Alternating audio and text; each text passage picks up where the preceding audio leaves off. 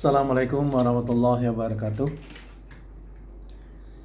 Selamat kepada semua dimanapun berada, kepada teman-teman yang berbahagia.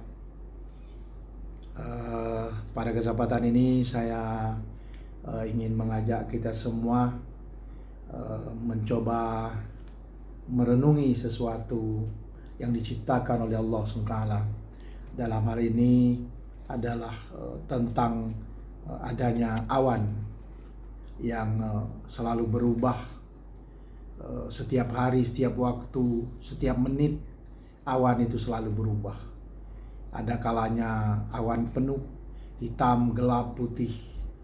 Ada mendung, ada awan yang berkelukur, dan macam-macam awan.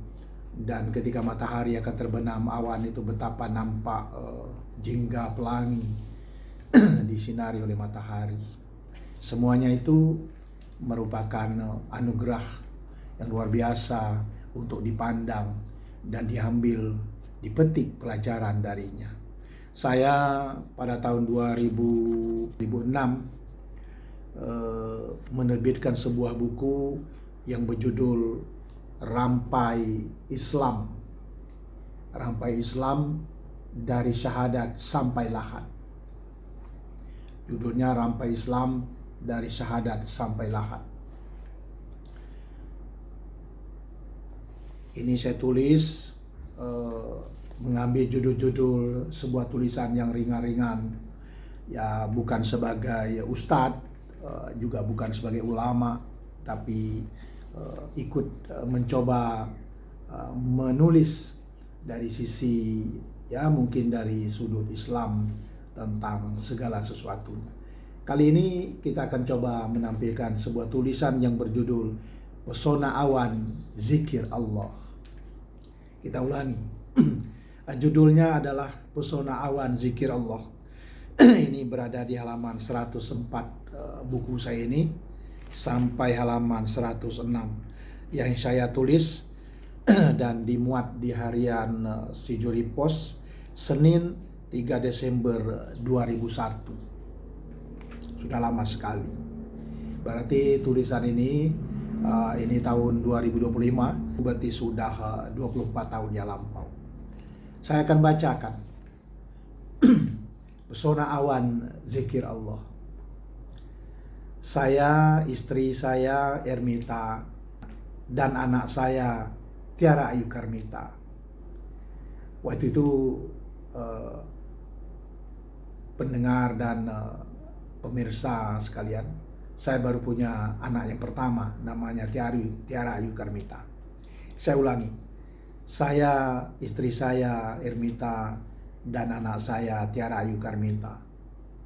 Ramadan tahun 1421 Hijriah. Kami pulang ke Pekanbaru. Menjelang Lebaran, menumpang pesawat terbang Bandara Hang Nadiem Batam menuju Sultan Syarif Kasim Pekanbaru. Waktu itu cuaca cerah.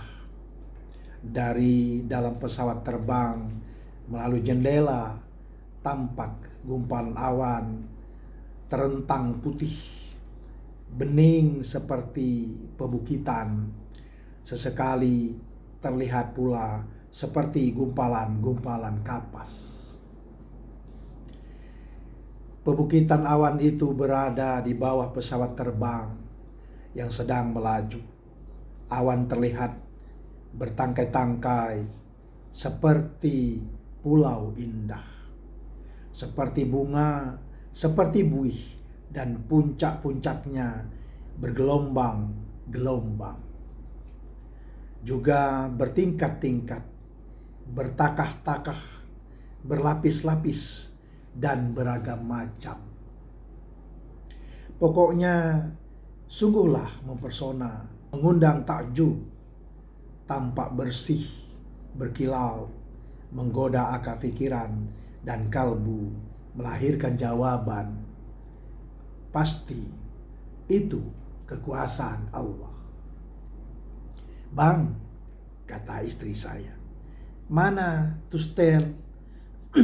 indah benar pemandangan awan itu. Dipotret, Bang. Cepat, Bang. Diambil gambarnya. Terus dia dalam cover. Ya, masuk bagasi, kata saya. Abang, ini macam mana? Masa tustel dalam koper? Aduh, rugi, Bang. Gambar awan itu sungguh indah. Sayang betul, Bang, tak bisa diambil gambarnya. Ya, sudah. Jangan kesal, nanti batal puasa. Lain kali saja, insya Allah. Kalau ada rezeki, akan naik pesawat terbang lagi. Dan kita ambil gambarnya. Kita potret awan-awan yang indah itu. Ya, tapi kalau naik pesawat terbang ketika cuaca tak bagus, rugilah, Bang, kata istri saya. Ya sudah, semoga kita ada kesempatan untuk memotret awan dari atas pesawat terbang. Saya sambil menatap istri saya yang begitu asik melihat awan. Masya Allah, Bang, tergoda rasanya kita melihat awan itu. Syukur, Bang, kita dapat menyaksikannya dari atas pesawat. Yang bila dibandingkan dengan melihatnya dari bawah, tak seindah dari atas. Subhanallah, kata istri saya. Saya mengangguk dan juga berujar, Subhanallah. Lalu saya katakan kepada istri saya, awan yang tengah kita saksikan adalah awan yang indah, mempesona. Tetapi ingat, Allah Maha Kuasa untuk selalu mengubah-ubah bentuk awan tersebut. Ada kalanya Allah tampakkannya hitam gelap disertai kilat, petir dan guru. Juga angin tofan atau badai dahsyat. Tak jarang awan hitam gelap menakutkan manusia. Dan ada kalanya awan demikian menyulitkan manusia untuk memanfaatkan jalur udara dalam penerbangan. Semuanya itu berada dalam kekuasaan Allah.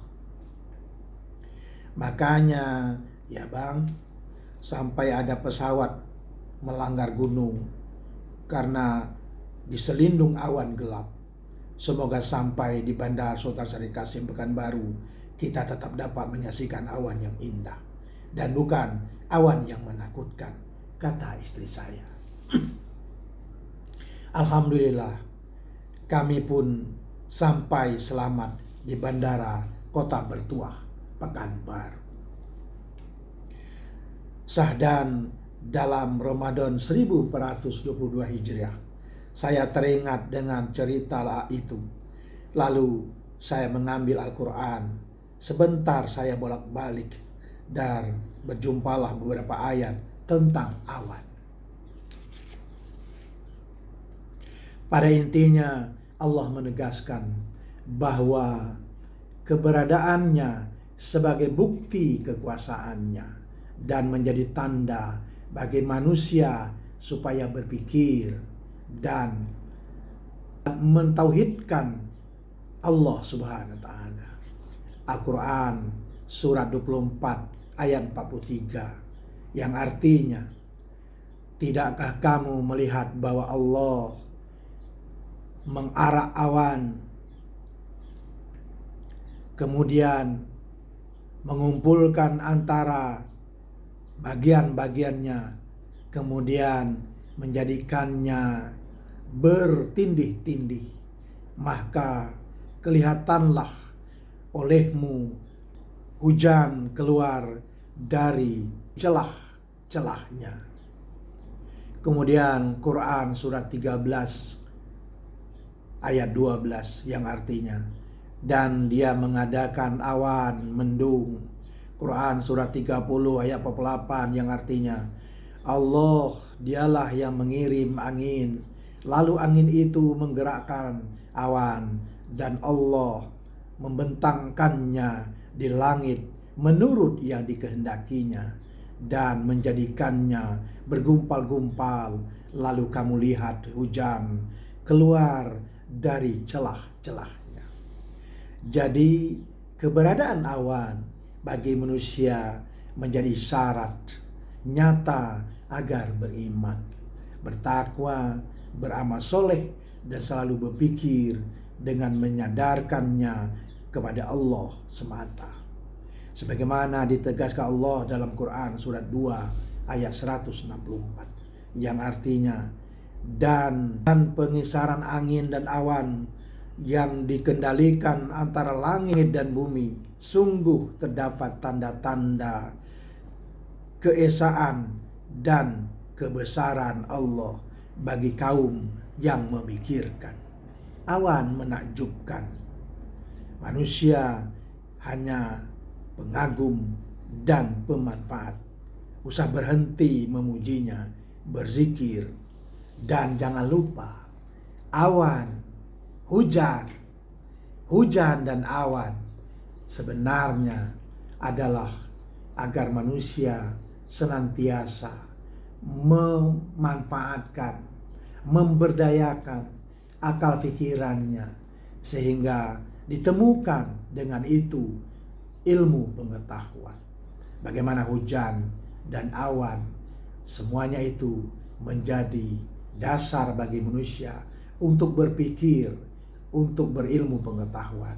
Dan semuanya itu kembali kepada Tuhan, bahwa mesti dipuji Tuhan Yang Maha Kuasa, Allah SWT. Allahu Akbar, Allahu Akbar, Allahu Akbar. Terima kasih. Kali ini wassalamualaikum warahmatullahi wabarakatuh.